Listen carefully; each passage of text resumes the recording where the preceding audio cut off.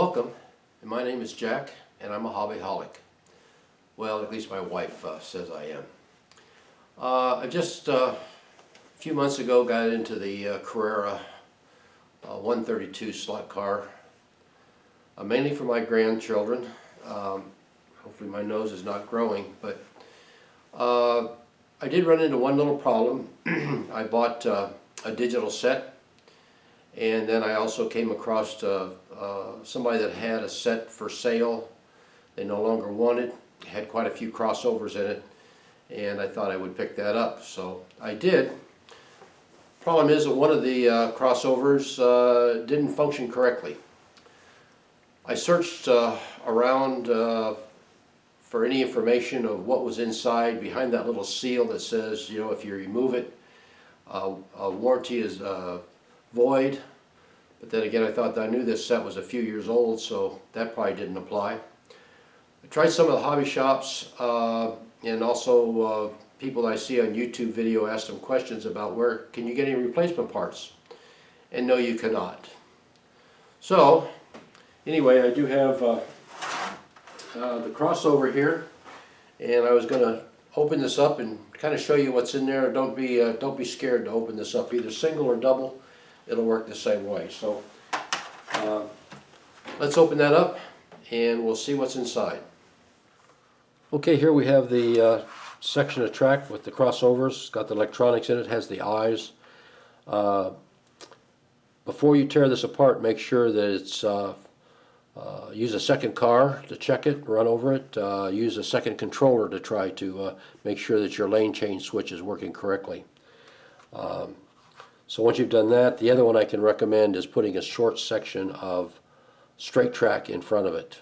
I have had one that I was having a little bit of problem with. It wouldn't trigger all the time, but by adding just a quarter or a third straight section in here, a full straight made it work correctly.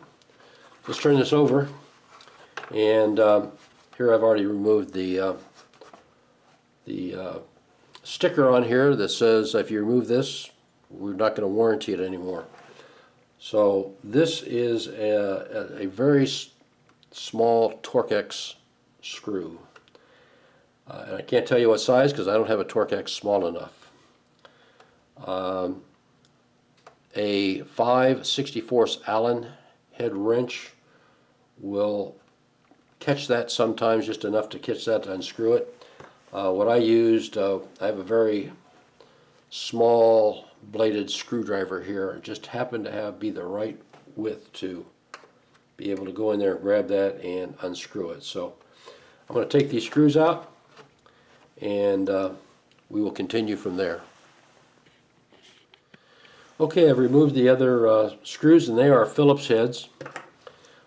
Just have a very small Phillips head screwdriver, and we'll take this plate off and see what's underneath. It's not very complicated. Here we have the main control board, your two solenoids. The problem that mine was that one of these little rods here had popped out from underneath here and was laying over here. And the only thing that works is when this solenoid is triggered, it pulls that in, and when the car passes, I believe it's the magnetism in the car that actually trips that back over to the straight through position. So once again, I checked to see if anybody sells this board, if you had to replace it. Couldn't find that, but that wouldn't be that hard. Just make sure you keep your color code down correct. Solenoid. If I had to, I would take one of these apart, see if there's a part number on there, and if you could track it down.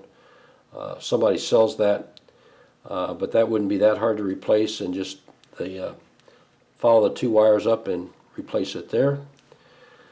So that is the basic workings of it inside the crossover. Okay, hopefully that helps you out to understand what's inside the crossover. The one part I didn't show you, and I meant to, with the little photocells, they come out very easily.